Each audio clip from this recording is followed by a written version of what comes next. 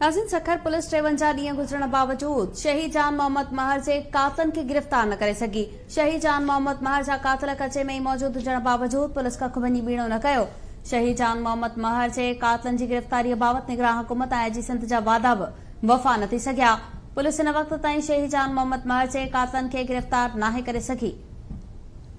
अवां खे ॿुधायूं पिया, 53 ॾींहं गुज़रण बावजूद सखर पुलिस शहीद जान मोहम्मद महर जे कातलनि खे गिरफ़्तार न करे सघी आहे। तफ़सील मालूम कंदासीं, लाइन ते मौजूद आहे अनस घांगरो। जी अनस, अपडेट कजो।